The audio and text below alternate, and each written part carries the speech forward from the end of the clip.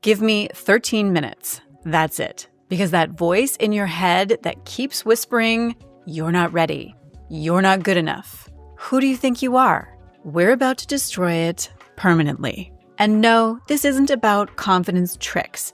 This isn't positive thinking. It works even if you're skeptical, especially if you're skeptical. I've got 5 tips for how to make this happen. So let's dive straight in with tip number 1. Here's the mistake almost everyone makes. They treat self-doubt like a judgment about who they are, like it's evidence, like it's telling the truth. But self-doubt is not a verdict. It's a body-based signal of identity stretch. In other words, self-doubt shows up not when you're incapable, but when you're stepping outside a familiar version of yourself. That's it. Your brain's job is not to help you grow. It's to keep you safe.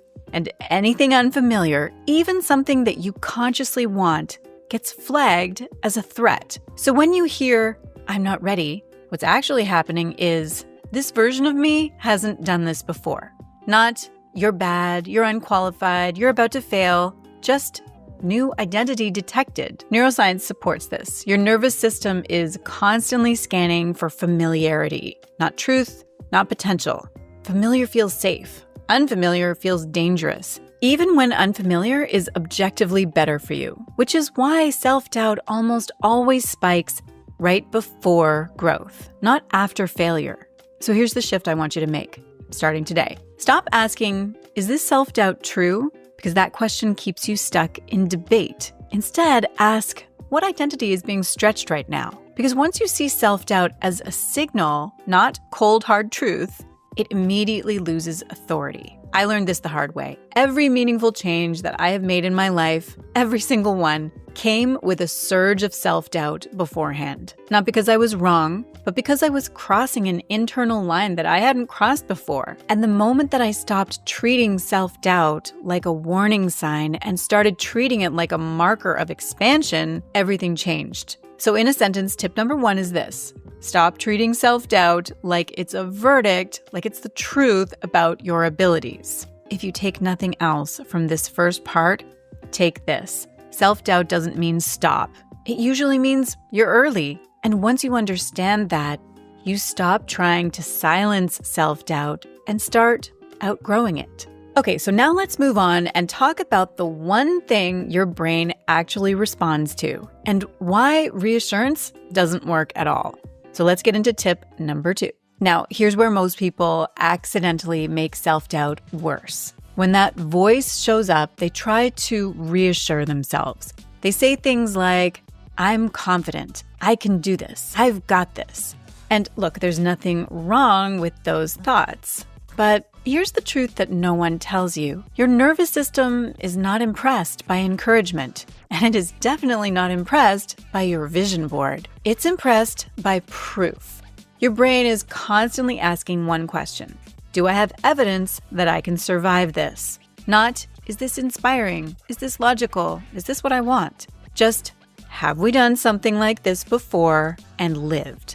If the answer is no, your brain doesn't calm down. It tightens its grip, which is why self-doubt often gets louder the more that you try to talk yourself out of it. This is why affirmations alone don't work for most people. Your brain is a pattern recognition machine. It updates beliefs through behavior, not declarations. In psychology, this is called self-efficacy, the belief that you can handle what's coming because you have evidence that you already have. And that evidence doesn't come from thinking. It comes from follow-through. So instead of asking, how do I make myself feel more confident? Ask, what evidence can I give my brain today?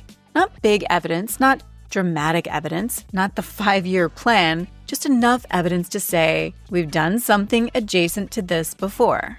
That's it. If you want confidence about speaking up, evidence looks like saying one sentence instead of staying silent. If you want confidence about being seen, evidence looks like posting before you feel polished. If you want confidence, when it comes to making a decision, evidence looks like choosing something instead of waiting for certainty. Every tiny follow-through deposits proof, and proof is what quiets self-doubt. When I look back at the moments when my confidence actually changed, it was never after a breakthrough thought. It was always after action, often awkward action, often imperfect action, but action that showed my brain, we're not imagining this, we're doing it. Confidence is not something that you wait for. It's something that your brain grants you after you move. So tip number 2 is this. Your brain doesn't respond to reassurance, it responds to evidence. Which is why the fastest way to weaken self-doubt is not to convince yourself that you're ready, but to give your brain receipts. And once you understand this, once you stop chasing confidence and start building evidence, something even more powerful starts to happen. Your identity begins to shift. And that's where self-doubt really starts to lose its grip.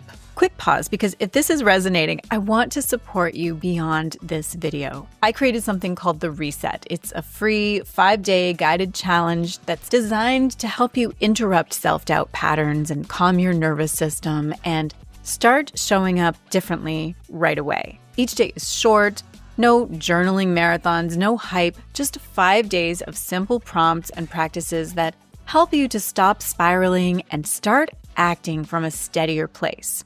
So you can join it for free. The link is below. Okay, now let's move on to tip number 3 and talk about the real reason identity matters. This is the part that most people miss, and it's where everything that we have talked about so far actually comes together. In the last section, we talked about how confidence comes after action. You move first. You give your brain evidence, and then confidence follows. Here's what that action is really doing behind the scenes. It's not just building confidence, it's updating identity. Self-doubt lives in one specific place, the gap between what you're doing and who you still think you are. That's it. You don't hesitate because you lack ability. You hesitate because your self-image hasn't caught up yet. So when you think, I should speak up, I should apply, I should start, and then you stall, what's actually happening is not fear. It's friction. Your behavior is ahead of your identity. Let's take an example. Think about speaking up in a room. Most people are perfectly capable of sharing an idea, or asking a question, or offering an opinion. There is no special training required. And yet, many people stay silent. Not because they don't know what to say, but because it doesn't yet match how they see themselves. I'm not the kind of person who speaks up. That's identity friction. And that internal resistance isn't self-doubt telling you to stop. It's your nervous system trying to keep your identity consistent. And whenever behavior moves ahead of identity, self-doubt shows up to slow things down. So here's the key insight. Action builds evidence. Evidence updates identity. And once identity updates, self-doubt has nowhere to live. You're not fighting doubt, you're closing the gap.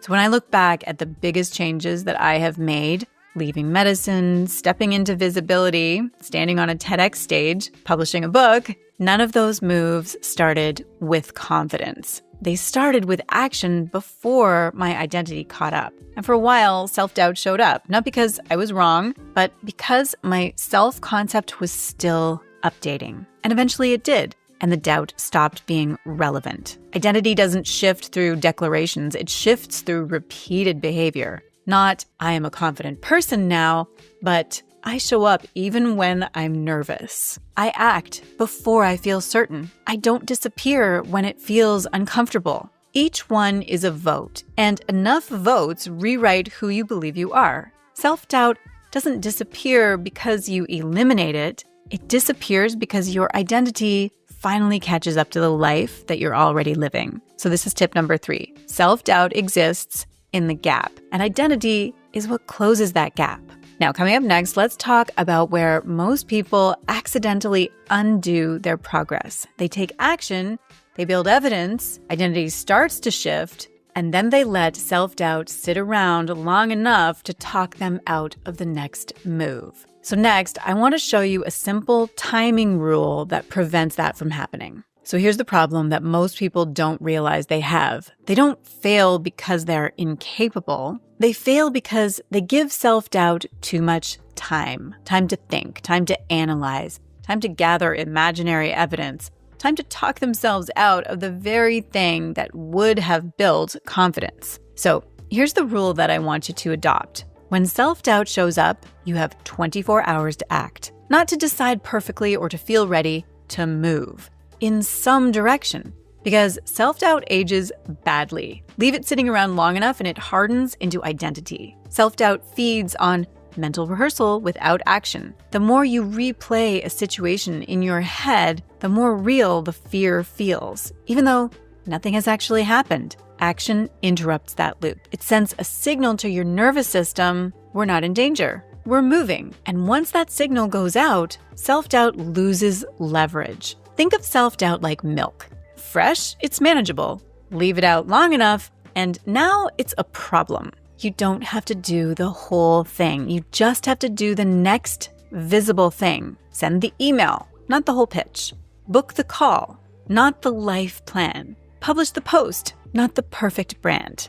Forward movement matters more than doing something big and showy. Every time that I have overridden self-doubt quickly, it weakened. Every time I let it kind of linger, it got persuasive. That's not a mindset issue. That's timing. So tip number 4 is don't let self-doubt sit long enough to fossilize. Self-doubt doesn't disappear when you understand it. It disappears when you outpace it. All right, now here is the final piece, the one that completes the promise that I made at the beginning of this video. Because the goal is not to silence self-doubt. The goal is to outgrow it. So let's talk about that. Here's the part that surprises most people. The goal is not to silence self-doubt. It's not to eradicate it. It's not to never feel it again. The goal is to make it irrelevant. Because the truth is, self-doubt doesn't disappear when you finally become fearless. It disappears when it no longer fits who you are. Self-doubt is a byproduct of transition. It lives in the space between who you've been and who you're becoming. So when people obsess over eliminating it, they actually keep themselves stuck in that in-between space. They keep checking. Is it gone yet? Do I feel confident now? Why is it still here? And that keeps self-doubt front and center. Instead of asking, how do I get rid of self-doubt? Ask, what kind of person would this doubt no longer make sense for? Because once your identity expands, self-doubt doesn't need to be fought. It simply doesn't belong. Think about something that you do easily now that once terrified you. Driving, having hard conversations, making decisions without asking everyone for reassurance. You didn't eliminate the fear first, you just outgrew it. The fear became outdated. There are still moments in my life where self-doubt shows up, but it doesn't stop me anymore. Not because I'm special, not because I'm fearless, but because it no longer has authority over my behavior. That's the real shift. Self-doubt doesn't lose power when you defeat it. It loses power when you keep moving anyway, when you build evidence, when you update your identity, when you act before certainty. Eventually, it stops getting a vote. So bottom line, tip number 5 is this. The goal is not to eliminate self-doubt, it's to outgrow it. All right, there you have it. If you enjoyed this video, I think that you are going to love the next one that I have got queued up for you on the final screen. It's called Stop Letting Yourself Down, How to Actually Achieve Your Goals. And I will see you there. Keeping an eye on the battery. Uh-oh, it's getting low. I always do this to myself. Should have swapped the battery out. Okay, that's okay. So tip